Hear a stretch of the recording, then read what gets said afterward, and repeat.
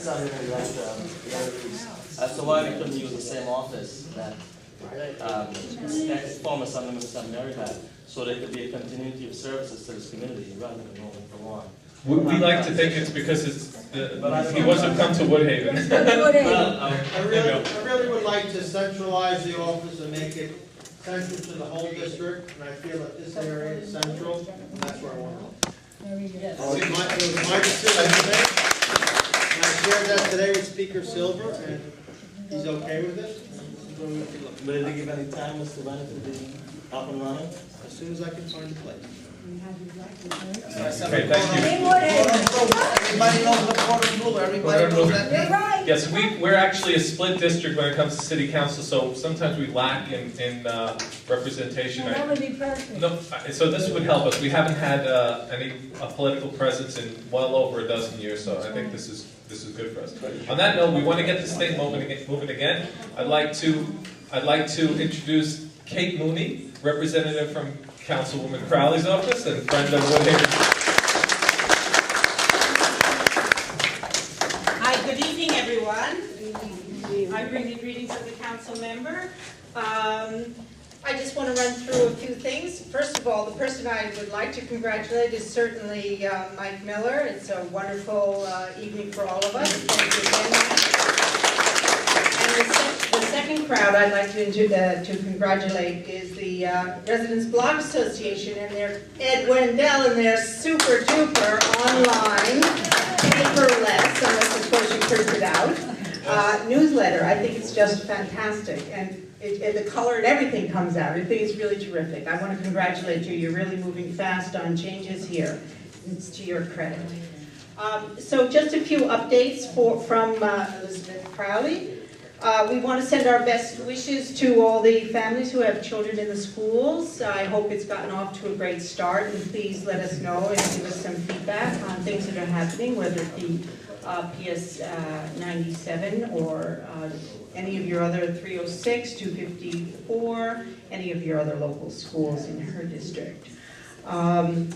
We're looking forward to a Green Expo that's happening, speaking of the Cordon Bleu, next week, the 24th, a week from tomorrow. The council member is sponsoring an evening of Green Expo. This is an informational session with PowerPoint presentations for weatherization of our old homes here in Woodhaven, solar paneling for any of those who are daring to be new and modern.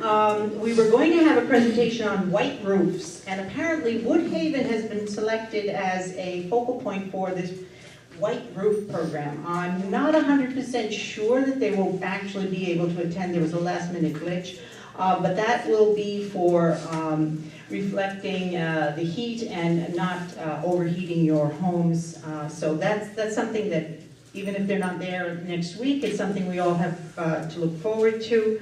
Recycling, major recycling of not only household, because we're hoping to have a compost during the winter session, indoor composting, but also recycling of our major electronics.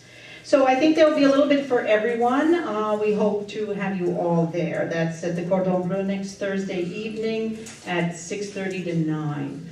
After that, we're looking forward, and we're in the planning stages with Vance and Janet here, of a health fair happening here at the Volunteer Ambulance Corps on October 17, most of midday, 10:30, 11 until 3, let's say, where Senator Adavo and the Italian American Women's Foundation is sponsoring a mammogram mobile unit, and we will be here with other presence for people seeking information about medical concerns, whether they be sponsoring tables by our local Woodhaven medical practitioners, or issues that we're very concerned with, hypertension, high cholesterol, obesity for children, alternative medicines from some of your local practitioners, insurance, what's needed for local insurance, and issues of this type. So we'll all be here. I think this room is going to be just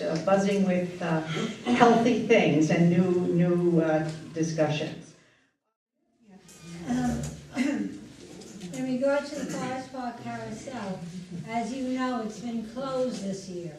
It's all closed down, and it's really unfortunate because what they need there is a concessionaire that's an excellent concessionaire, and then in addition to that, they need someone that knows about carousels and the operation of carousels to come in and operate it. Now, I would think that the Parks Department should reach out to the other carousels in the city. There's one in Prospect Park, the one in Bryan Park was created by Marvin Silva that used to take care of our Forest Park Carousel. Unfortunately, he retired and unfortunately he passed away. But he was a great connoisseur of carousels.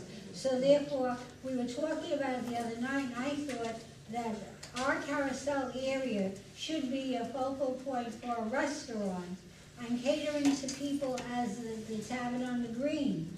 And even without a liquor license, it could still be successful if you had good food and if you drew people up there so that the carousel would be, in addition to good food, a beautiful carousel.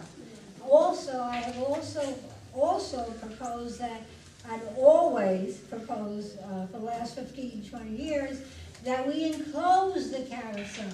So this way we have year-round attendance at that location. So then it will become a focal point.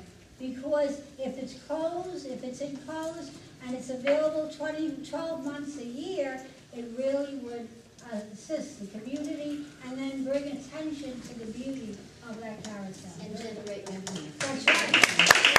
That is certainly our hope. What I can share with you from our meeting was that, in fact, the inner mechanisms of the carousel are so antiquated that there lies the difficulty. The other carousels have been renovated. Apparently, the one over in Flushing Meadows is also in disrepair. But actually, our carousel is so authentic all the way from the horses, which is what catches the eye, but to actual gears and in the inside. And it is tragic but true that it is not $1 million repair, but a multi-million-dollar repair. And it's really something that requires the cooperation of not only the community, but certainly the business community at large, that we commit to this somehow. We find a way out of this.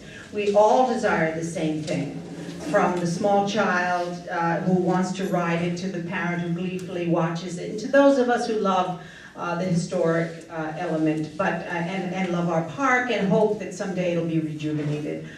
It is, however, far more complicated, apparently, from what our discussions with Debbie Kuhas and the trust. The actual inner mechanism needs to be completely renovated, and there are, I think she said, 6 people in the United States who can do this. You know, so this is a tall order, but we're up to it. So we're looking forward on mastering this. Can I just mention one more thing about the carousel person? I'm a carousel person, and I'd just like to ask, what about the landmarking?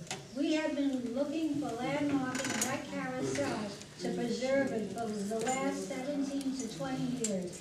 What about landmarking?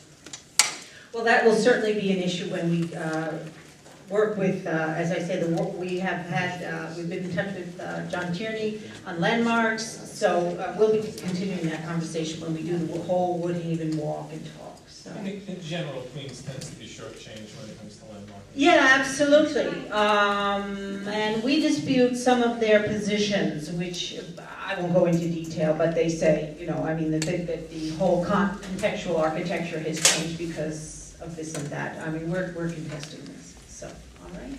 All right, thank you, Kate.